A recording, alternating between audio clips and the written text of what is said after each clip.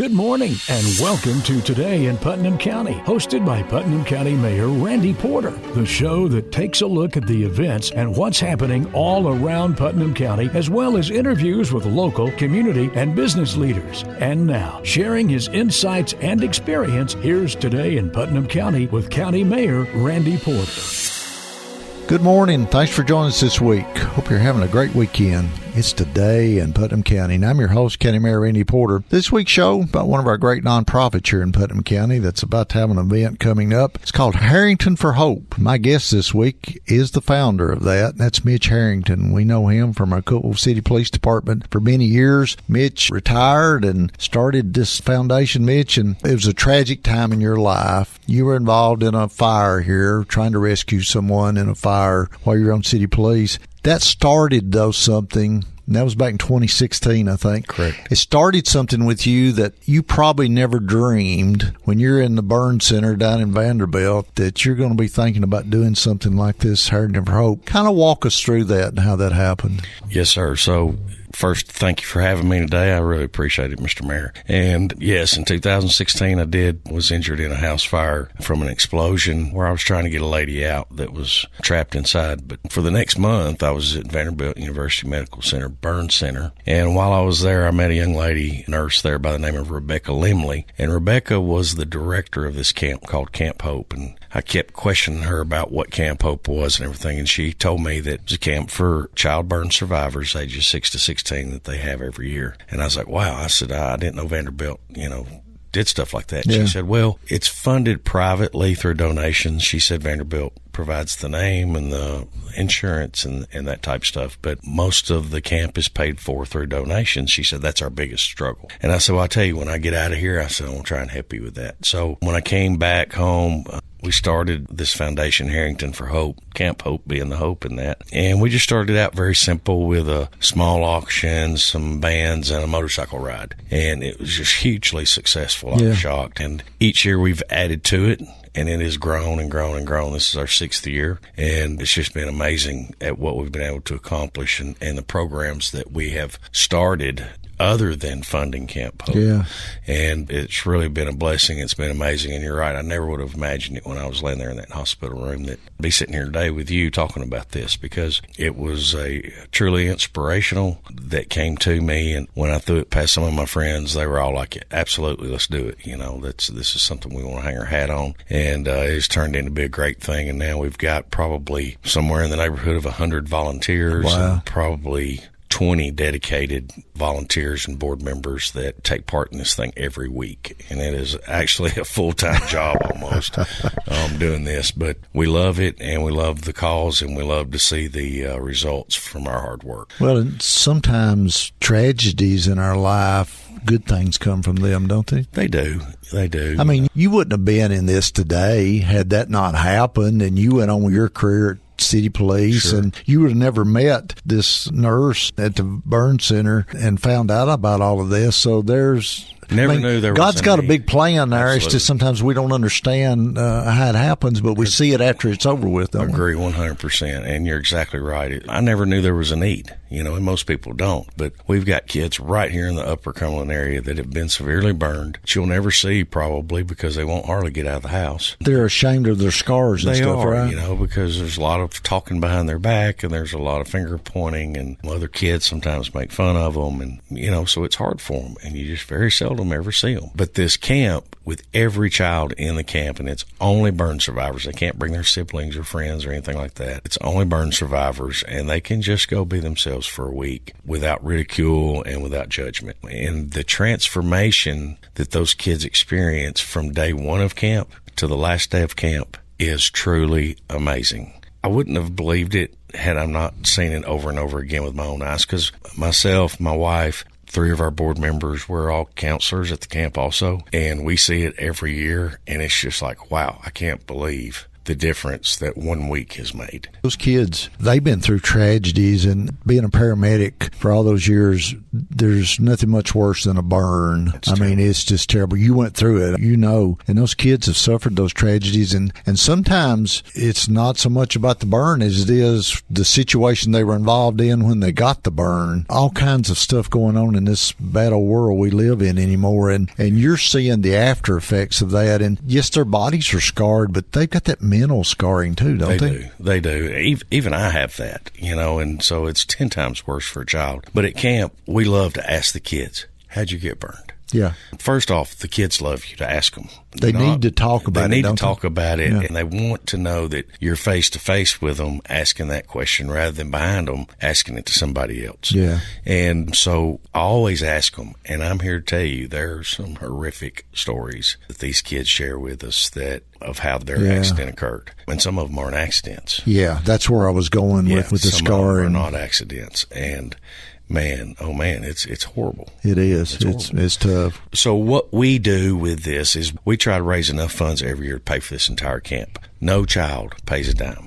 Wow. Totally free to them. Totally free to the child. If their mom and dad can get them to at least Nashville, we charter a bus, we pick them up, we drive them out to Camp Hope, which is the William Ridley 4-H camp there in Columbia. We rent it out, and the staff is there for the week. We have a swimming pool and all kinds of activities for the kids for the week. But if their mom and dad can get them to Nashville, everything else is paid for. Taken care of. And we do that. And you're talking about 30 to 40 kids a year, which doesn't seem like a whole lot, but, taking care of a child for a week is expensive. That's a big undertaking, too. It is. Especially with the number of kids that y'all do and everything. It is. We're talking with Mitch Harrington, him and his wife, Kim. They've got the 501c3. It's called Harrington for Hope. And it's all about helping burn victims to deal with the tragedy that they've been through, and it's for our children. They provide this camp each year, and it's called the Fundraiser for Camp Hope. We're going to talk about the event that's going to be coming up this year and how you can get involved and be a part of it. We got to take a break, though. We'll be right back.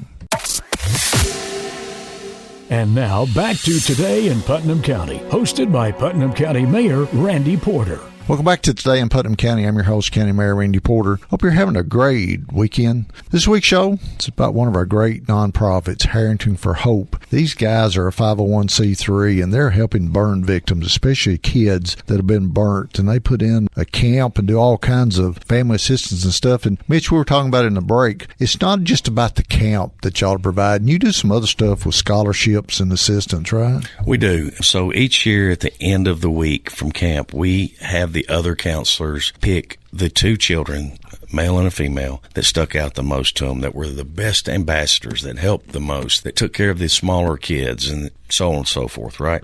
So we pick those children, and at our event each year, we bring them and their family to Cookeville, put them up in a hotel for a couple of nights, and we pay for their food for the weekend. If they need gas money, we'll give them gas money. But the goal is to bring them to the event, and we present each one of those kids with a $1,500 scholarship. Oh, wow. That's great. They can either further their education, they can for job skills or anything like that, however they want to use it, it's theirs to do. And that's just kind of our reward for them taking that extra step to be a standout at camp. And they do stick out. You see them helping the other kids, and you see them cleaning up after lunch or dinner or whatever, and being very helpful to the counselors. And so they do stick out. And we've had some amazing kids come in and get these scholarships. The other program is called our Family Assistance Plan. We started it last year. We've been able to assist many families now. Vanderbilt, the Burn Center, will contact us and say, we've got a family here that's in financial need, dire straits, or however you want to say it, but they need some help. And what happens is these families snatch this kid up from wherever this accident happened, get them to the hospital, and the mom and dad get there. They don't have a pillow. They don't have a blanket. They don't have reading glasses. They don't have anything, right? They don't have deodorant or anything. So we've collected all those items like that, phone chargers and all kinds of stuff, and we'll give that to them. We call them extinguish kits. Wow. Try to extinguish the problem right there for a play on words. And then we will give the family anywhere from $500 to $1,500 for food and gas money and that type thing, whatever they need to use it on. Because like the last family that we helped, the dad's a fireman who, by the way, answered this call for his burn child. That would be terrible. To his own home. That would be terrible. It was awful. Oh. Dad is devastated over it. But him and his wife, who is self-employed, did not leave the hospital for, I think it was 6 weeks. with their son. They would not leave. So they got no income coming in. Got nothing coming in, and they're spending, bunch of money every day trying to eat there at Vanderbilt. It's very expensive. And so they needed some help, and so we were able to provide them with some financial assistance. Another young man from just the other side of Monterey, I guess he's in the age of Crossville. He was burned, and we went up there and was able to assist his family, and we paid their light bill for 3 months. They were worried about the lights getting cut out. And so those are the type things that we're doing, and this event that we're doing September 21st is what makes that possible. That and our great sponsors. We've got some huge sponsors like Portobello came in huge for us this year, and they're a new company, as we know, here in town. We had a meeting last night, and they had a whole team of people come out that's going to be on our volunteer crew. So thank you, Portobello, from the bottom of our heart. We really appreciate them. Carlin Motors here in town, Averitt Express, and the list just goes on and on and on. We have a lot of big sponsors that makes it possible, but most of our income comes from our event. This year, it's at 6464 Nash Road. That is Blake and Nikki Grogan's farm. Yeah. It's called Maxwell Farms. Yes, sir. Nikki and Blake have been over backwards to help us out with this thing. So it's been a big blessing. It's a great venue. If you ever want to do a wedding or something like that, man, it's a great place to do it. We have a huge barn out there, and it's insulated and air conditioned and heated and sound system and Wi-Fi. And it's a nice place. They got it set up. Yeah. And so what we do at this event this year, man, we have added a lot of stuff in, so it is a full day. We're starting out that morning, September 21st. We start that day out that morning with a yard sale, and we're looking for folks to come do that. We have already got a bunch that's setting up that day, and it's going to be an all-day yard sale. Okay. We also have vendors coming out. If anybody has a business that they like to do vending, you're also welcome. Then we have our Jeep and motorcycle ride, and our Jeep ride this year is kind of special. We're going to tie it in with Cobalt Jeep Club, who is having Jerry Dale Abston's last ride that day. Oh, wow. Yeah. Jerry Dale, one of our detectives at the Sheriff's Department, died a few years ago from cancer. And a great friend, and Casey Flatt is heading that thing up, I guess through the FOP maybe. Right. And Casey and I got talking about it, and we're like, oh, my word, we've scheduled this on the same day. So we met for lunch last week, and we said, how can we make this work for both of us? Yeah. And so what we're going to do is our Jeep ride is going to meet up with their Jeep ride down at Cumberland on Interstate Drive. We're going to make a donation to their nonprofit just because we feel like that's what we need to do. Well, yeah, that's we were talking earlier about the community coming together. We're always working together, aren't we, to make things happen? We are. And those guys that are in that club and the FOP, man, I love them. They are such good folks, man. Yeah, they give you the shirt off their back. Absolutely. We're going to meet up with them, and then we're all going to load up, and we're going to head down to Maxwell Farms just in time for lunch and for our auction down there. In the meantime, back at Maxwell Farms, for those that didn't go on the motorcycle, the Jeep ride, we got a horseshoe tournament starting at 10:30 or 11. Got a silent auction that'll be going on all morning, all afternoon. Cornhole tournament. Got a show and shine. Yeah. Jeeps, antique vehicles, and trucks like diesel trucks or big four-wheel drive trucks or whatever you want to bring, anything that's a truck. We're having a show and shine, and we've got judges coming in from out of town for that. We've got awards and prizes and money and all that for the winners. So we're hoping for a decent turnout with this thing. We also have 3 amazing bands coming in that evening, and they'll be playing from 4 o'clock, I think, all the way up until maybe 11 o'clock that night. And this is all on Saturday, September the 21st, right? All Saturday, September 21st. It's a full day. Cakewalks, all kinds of stuff. We got a lot of stuff. You're going to have a full day. We are. You need a week to rest up after this. I know, exactly. That's the Harrington for Hope fundraiser for Camp Hope for burned children. It's September the 21st. It's at the Maxwell Farms at 6464 Nash Road. Mitch, y'all got a website, so if they want more information, it's harringtonforhope.org, right? Correct. And so you can go and see that. And Facebook, you can check that out. And, Mitch, go back to all this starting when you got back in 2016 when you were involved in an explosion trying to rescue somebody out of a house, and you were in the burn center in Nashville, and you met Rebecca down there in Lemley. She was a burn center nurse, and she was that camp's director. It's how you got involved on this, but there was a sad part of that, though, right? She passed away right after that, didn't she? She did. She was 32 years old. When I went to her funeral, we saw her obituary. The entire back page of that obituary was list of organizations that she was a member of or actively involved with. It was the whole page. Yeah. And I was like, when did this woman have time to do anything? Yeah. But she was a marathon runner. She loved to run. She had just been to Disney and ran a marathon down there, full 26 miles. Wow. Came home, and on Easter Sunday, she was at her dad's house and was going to church with her family and was walking down the stairs, rolled her ankle on, I guess, high heel shoes or whatever, coming down the stairs, broke her ankle. A few days later, she was back at her mom and dad's house working on the computer, and her dad told me, he said, I walked in and said, Rebecca, you don't look right. Are you okay? And she said, no. She said, I think I'm passing a blood clot, and fell over dead on her computer. Oh, wow. 32 years of age. And when I tell you, Mayor, that this lady was the most bubbly, inspiring, beautiful person that you've ever met, she was just a standout. I mean, she could be in a group of 1,000 and you would pick her out. Yeah.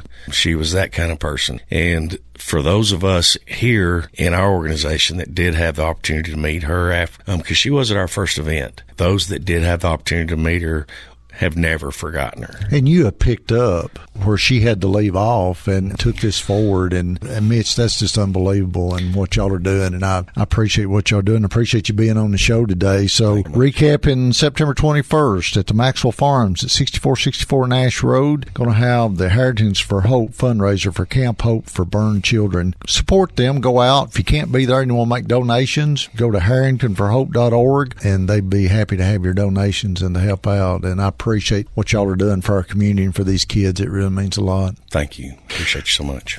We got to take a break. Coming up after this in the third segment, I'm going to give you some of the great events that are coming up in the next month or so. September and October is a great month for events, and we've got a bunch of them, so stay tuned.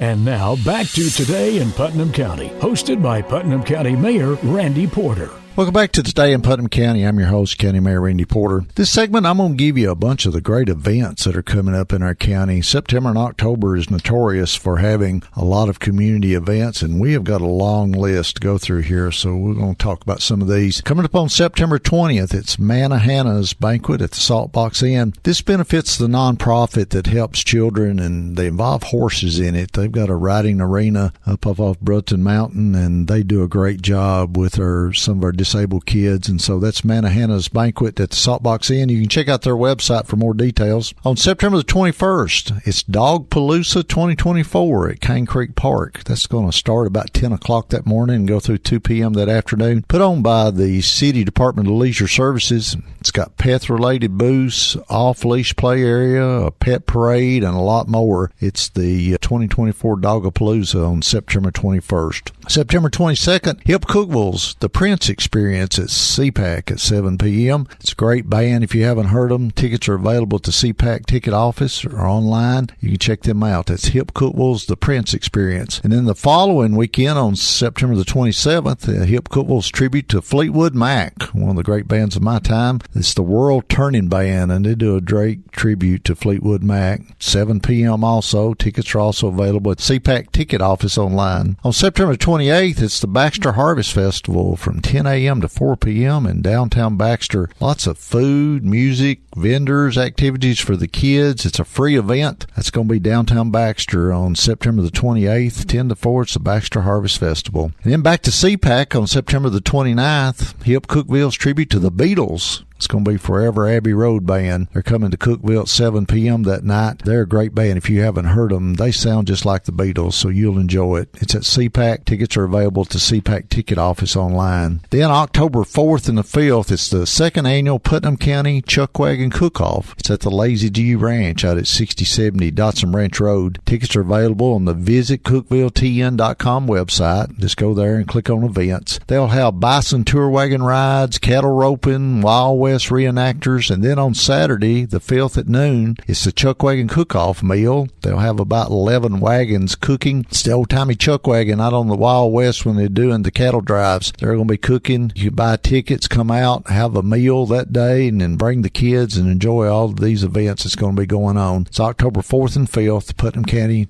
Chuckwagon Cook-Off at the Lazy G Ranch. Then on October the 20th, it's the 5th annual Brunch for the Brave. It's from 11 a.m. to 6 p.m. that day at First and Cedar here in Cookeville. It's put on by 37 Cedar and Red Silo, and it's to benefit Operation United Hope, Dust Off Ranch, and Forging Forward, the nonprofits. They'll have food, vendors, a live auction, activities for the kids. That's the 5th annual Brunch for the Brave for our veterans, 11 a.m. to 6 p.m. here in Cookeville at First and Cedar. Then on November the 2nd and 3rd, it's the 5th annual Cookeville Christmas Market. It's from 10 to 4 each day. It's at the Putnam County Fairgrounds off of South Jefferson Avenue. $2 admission for adults. Kids get in free. That's November the 2nd and 3rd. It's the 5th annual Cookeville Christmas Market at the Putnam County Fairgrounds. We've also got a new business that opened up, and then a lot of anniversaries that have come up with businesses. We just did a ribbon cutting at the Wall Street Market there at 136 South Walnut Avenue in Cookeville. They've got fresh produce and meats and artisan foods. They got a website, wallstreetmarket.com, open under new management at 136 South Walnut, just off of Spring Street there. Go by and check them out. Congratulations to our Upper Cumberland Association of Realtors on its 50th anniversary. UCAR has nearly 600 members, and they're dedicated advocates for our community. Congratulations to the board and staff and members. They do a great job here in our community for 50 years of excellence and dedication. Also, congratulations to our own Philip Gibbons on his 50th anniversary in radio broadcasting. What a great voice Philip has. I always said I could be in a room of 1,000 people and hear Philip speak and know it was him. Great job, Philip. We thank you for all you do for our community. Also, congratulations to our local First Baptist Church's Mother's Day Out program on its 50th anniversary. For 5 decades, First Baptist Church Mother's Day Out program has provided a safe and loving environment for the infants through pre-K children here to learn and grow. They just had an anniversary back in August and had a great turnout of family and friends, and just an unbelievably great time, and we're so thankful for them and the great service that they have provided to our community for 50 years. Also, congratulations to the St. Thomas Aquinas Catholic Church here. It just celebrated its 70th anniversary. The church is located at 421 North Washington Avenue here in Cookeville, and we're thankful for them. The new Wendy's out on East 10th Street is under construction. It just started. It's out in the Food City Shopping Center. No word yet on a grand opening, but stay tuned. We'll be hearing more about it. And then we have the new Checkers that just opened on North Willa Avenue. They're at 5th and Willa. Just had their soft opening, and they're open for business. Got a great mural on the side of that building. Unbelievable as to who painted that. We got to find out. You pass it and you'll notice it. It says "We Love Cookeville," and it really looks good, and we're glad to have them in our community. We also got a couple of things of sad news. Saddened by the news of one of our longtime businesses closing. That's Appliance Mart. They closed back in August. They had been in business for over 53 years under the leadership of Mr. Keith Allred until his recent passing, and then his wife Lucille decided that it was time to close up the business. So I know that had to be a hard decision for them. They provided appliances for our community for many, many years, and we thank them for all their great service to our community. Another one of our businesses is closing, Borden's Jewelry. After 124 years in business, Jackie and Faye Borden, that was our oldest business still in business here in Putnam County. It was Borden's Jewelry. Jackie passed away recently, and Miss Faye decided that they needed to close. They've been icons in our community for many years. We're going to miss Jackie and Miss Faye. We thank you for your long-time service to our community and ask that you keep Faye and them in your prayers, as I'm sure this was a difficult decision for them. A few updates on some of our building projects. We just finished the new Parkview School. It's open. The kids are there this fall. It's a semester. Beautiful school out on Lee Seminary Road there next to our business park. If you hadn't had a chance, want to go by, I'm sure after hours they'd let you go in and look at the building. It's been a great addition. We also just issued the bond to renovate the old Parkview School. Our school board is looking at making that into a pre-K school for all the pre-K here in Cookeville. And what that does, once they open it up, hopefully in fall of 2025, that's going to free up classroom space in all of our other schools here in Putnam County around in Cookeville. and so all the pre-K will go to the old Parkview School, which I'm sure it's going to get a new name, and then that'll free up those classrooms so we don't have to build another school in the near future. Also, we just opened the new jail addition, Sheriff Farris over on Spring Street. Need to be done many, many years ago. Finally got that completed. I know that's not something we wanted to do, but we want people that break the law to be punished, so we've got a brand new addition to the jail to make sure that that happens. We're also working on the new fairgrounds and convention center. Convention center is almost finished. That's down on Tennessee Avenue. We're hoping to have that open sometime probably in late October. Also, they're still working on the new fairgrounds, new arena, new midway, and we just found out that we're getting about $10.8 million coming into Putnam County from a CDBG disaster recovery grant coming down from the feds. And after we had our 2020 tornado, they're now putting some funds into our community for some recovery. And so we decided to split that with the city of Cookeville. About 81% of the damage in the tornado in 2020 was out in the county, so we're splitting it 81-19 with the city. They're going to be doing a sewer project, upgrade the sewer down the area next to where the tornado was. County's decided that we're going to go ahead and build the Expo Event Center that we were planning on building once the old fairgrounds was sold. Able to go ahead and do that. It's going to be a great addition of us to have a lot of events coming into Putnam County, bringing in tourism dollars. But it's also going to be our disaster recovery facility. So if we should have another disaster, and God forbid, we hope we don't, if we do, we're going to have a place that will be able to be an emergency shelter. It'll have generator backup,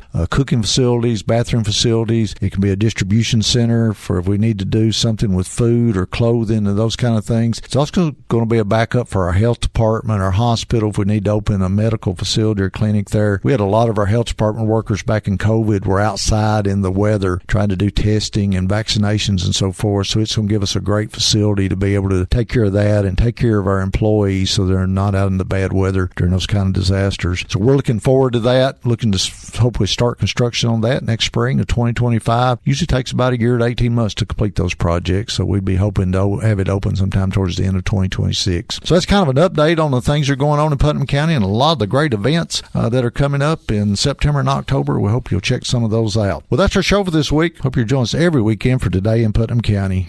I'm County Mayor Randy Porter, hoping you have a great rest of your weekend, and may God continue to bless our great county. You've been listening to Today in Putnam County, hosted by Putnam County Mayor Randy Porter.